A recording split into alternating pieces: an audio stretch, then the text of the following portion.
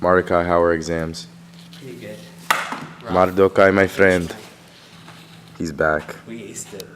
So this is gonna be kind of tough to record because like maybe I'll start here and then we'll go into like the whole diagram and then we'll like branch off and maybe you could zoom into each segment as I talk about it and then we'll do complexities at the end for this, okay? Yeah, sure. Okay, cool.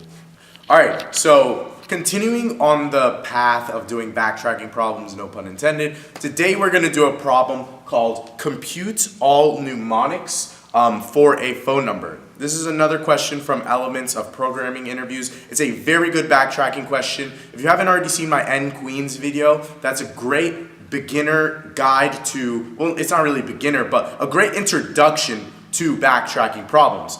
Also, I'm sorry my voice is kind of shot from being sick. And also, we ran out of markers because it's finals week here at the University of Maryland, and everyone uses the markers and they're all finished, and some of the stuff's hard to read, but I'll try my best to walk everything through.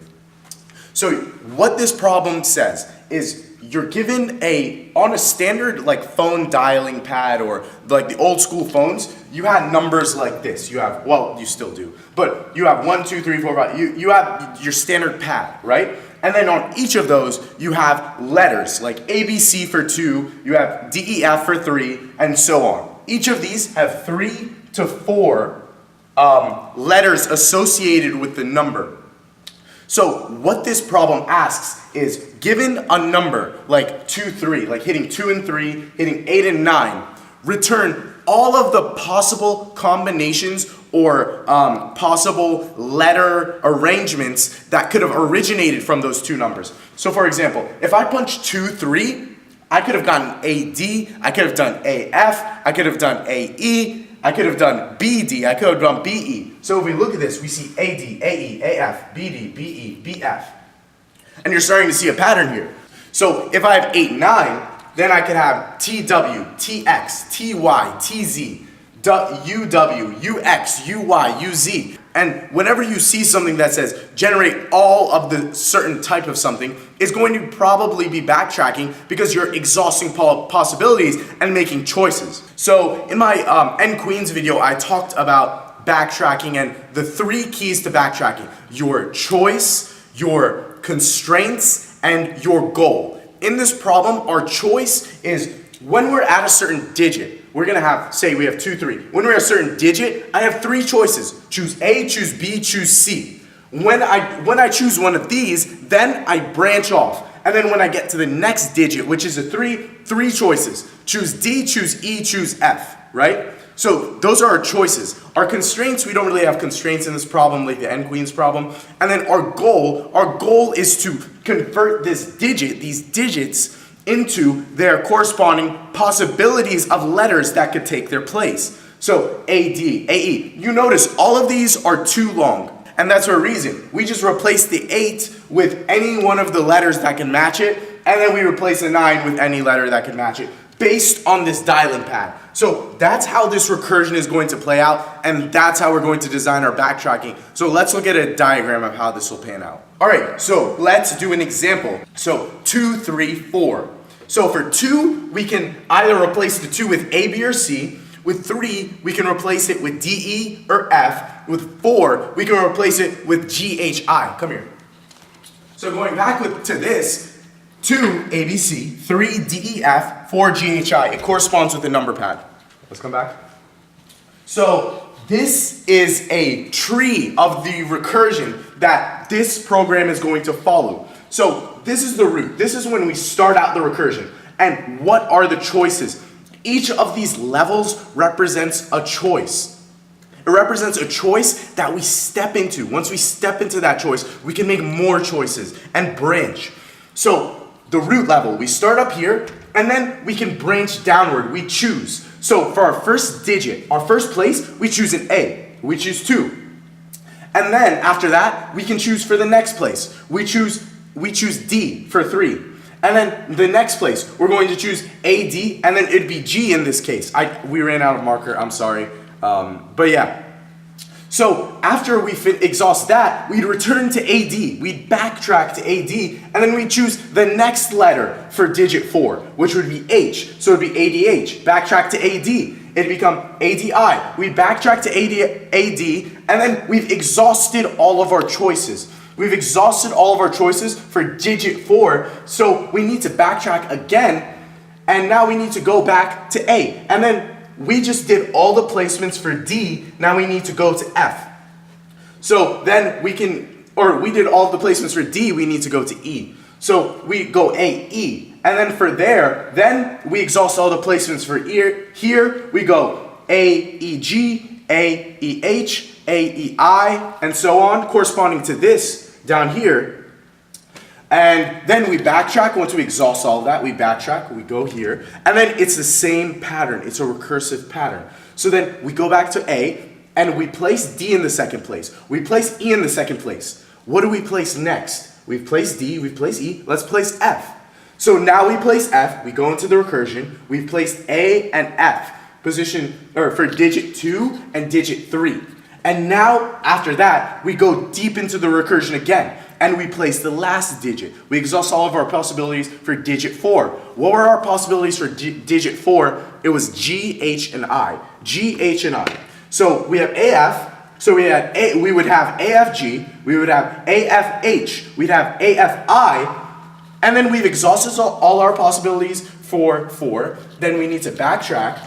We would go here, and then we would go, and then we've exhausted all of our possibilities for the second spot. We've done D, we've done E, we've done F. And now we're finished with this spot, and now we need to go all the way back, and then now we need to replace what we placed first with another thing, B. Because our possibilities for the first placement were 2, A, B, C. We placed A first, we're finished with A, now we place B. And then we place B, and then we go through the recursion again. All right, so all this is about is, it might be a little confusing when I'm going through this, and I couldn't draw everything, I'm sorry, the markers ran out. But what you need to think is, after an item is placed, what we're doing is we're exploring the possibilities for the next digit. If I have the digit 2, 3, 4, I explore the first possibility of 2, exhaust all the possibilities going into 3, exhaust all the possibilities going into 4, backtrack to 3, go into 4, and then backtrack to 2. It just follows this pattern where we exhaust possibilities and come back up the call stack. So going into the time complexities, so this is how the time complexity will pan out. So we're going to have big O 4 to the n, because as you can see, each of the functions are going to call at max n forks. We're going to have 3 or 4 letters to choose from for every digit that we handle in every function call. So this is a weak upper bound because it could be 3 to the n. And why is it to the n? So if we think about it, we are making 3 forks, or we're making 4 forks at each function call. You can see 3 forks, 3 forks, 3 forks, and that's why we multiply. 3 times 3 times 3, that allows us to say 3 to the what? 3 to the n, because we have n digits we're processing and n layers. So whenever you have an exponential time like this, normally it's going to recursively pan out, is going to pan out as the height of our recursive work. So, or no, it's not the height, that's wrong. The base of the exponential thing in our in 4 to the n is the amount of forks we're going to make in each function, because it's going to multiply. It's going to make 4 function calls at max, and then those will make 4 function calls, then those will make 4 function calls. So that's why it's 4 to the n, because you're multiplying 4 times 4 times 4. So then in each of we know we have 4 to the n function calls, as we can see here. We're having at max 4 forks. In this example, we only do 3 to the n, which is a better bound for this example. But in general, 4 to the n is a better upper bound. So in each of those, we're going to be doing a linear amount of work, because when you copy a string over to our answer, as you'll see in the code, you're going to have to do linear work, because you're going to have to go through n characters in the string. And then we're going to be doing constant work otherwise in the function, for just accessing the arrays and stuff. So what that turns out to, through multiplication, is our time complexity becomes n times 4 to the n. 4 to the n function calls. In each function call, we do linear amount of work to copy our answer over when we get to the base cases. So our space complexity. So our not width of the tree, but the amount of forks we take from a certain node in this tree of recursive function calls, that is going to be, like I said, the base, not the base of the exponent, but this constant that is being raised to the n. But what is the depth of our tree? The power that is raised to. The power it's raised to is going to be the depth of the tree. It's going to be how deep our tree can go. We were passed in 2, 3, 4. And as you can see, we have 3 levels. 1, 2, 3. We have 3 levels of processing to get down to this answer layer. This layer where we've placed all 3 digits and we're finished, and then we can backtrack and find more answers. That is where we get the level from. So O of n is just saying we're going to be using n space on the call stack, because at max we're going to have n recursive calls going depth first and taking up stack space. So in this case it'd be 3. We have a depth of 3. We'd have 3 stack frames. That's why it's O of n. And then we do plus big O of 4 to the n. This is another loose upper bound for space, because we might have 3 to the n answers, we might have 4 to the n answers. But we're going to have normally 3 to the n answers, but 4 to the n for a better upper bound. But 3 to the n answers, because we're going to have, for each position, we're going to have 3 possibilities, 3 characters that we can place, and then it becomes 3 times 3 times 3 times 3, and since n is 3, it would become 3 to the third, 3 to the n. So that's where the 3 to the n comes from. Anytime we're powering something by something like n, it means we're doing repeated multiplication that many times, n times. So that's where that comes from. This is the space to store our answer. So stack space, space to store our answer. And that just gets dominated by this 4 to the n. So our space turns out to be either 3 to the n, 4 to the n, but 4 to the n is a more loose upper bound, and it's going to apply in more cases. Anyway, this is kind of like, this is not the way I would probably write it. This is straight from Elements of programming interviews. The way they do it is kind of odd, like, you'll see what I mean. But, so what we do is, this is our driver function. This is our main function. So this is where we set up our char array to hold our placements, hold where we are currently in placing items. So we might place the A first, but we haven't finished the rest. So this is what that holds. And then our mnemonics this is the answer array list. This is an array list we're going to add answers to. And then finally, we call our recursive helper. Our recursive helper does all of the work. And then the mnemonics is returned by the function, and that's ultimately our answer. We've covered our driver, and then this is just a mapping. So for index 0, we have the characters that I can map to. So ignore these, those don't really matter. But for digit 2, we're indexing off 0, so 0, 1, 2.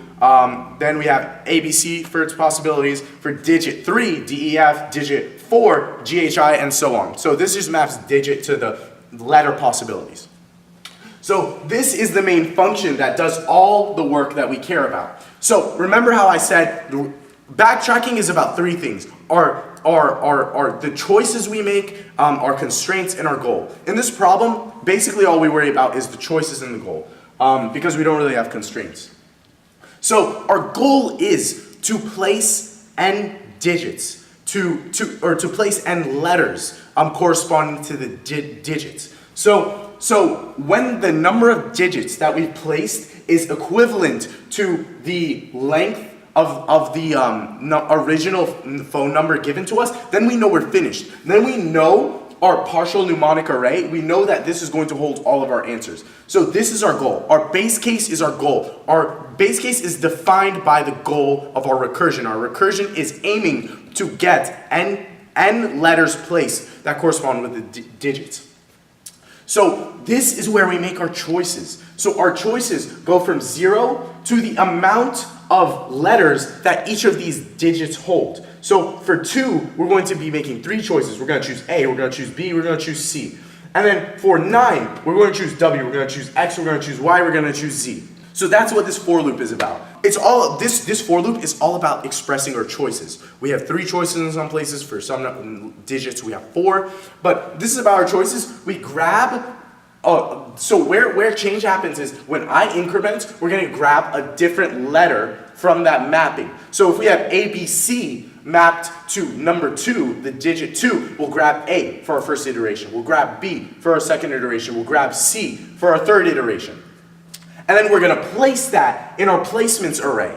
We're only gonna add this placements array when we get to the bottom of our recursion, when we've placed all digits. So it doesn't matter, we don't need to do a removal. Like if this were an array list, we would remove our progress. For this is just using a static array. This is the way they did it, the API dudes, whoever wrote this. But I would probably do this with an array list or something. And then what we do is we place, we choose, we make a choice. And then after we make a choice, then we call our helper again, and this is where change happens. When the digit, we say digit plus 1. I've solved it for the first digit. Solve it for the next one. Solve it for the next one. Solve it for the next one. And then when we've solved for all of them, when we have made 3 answers, when we have made 3 placements for the problem 2, 3, 4, for example, then we know we're finished. We've placed all the letters that we need to place. We can add it to our answer. Our goal is finished. The digits we've placed, 3, is equal to the phone number length, 2, 3, 4, that we defined before, and then we're finished. And then we can backtrack, and then we can make another placement, explore it, make another placement, explore it, make another placement, explore it, add it to the answer, and exhaust this recursion, and exhaust all of these possibilities that we have here. This is how the recursion works. At each level, we're going to be making a choice. Place A, place B, place C. After we place A, place D, place E, place F. After we place D, place G, place H, place I.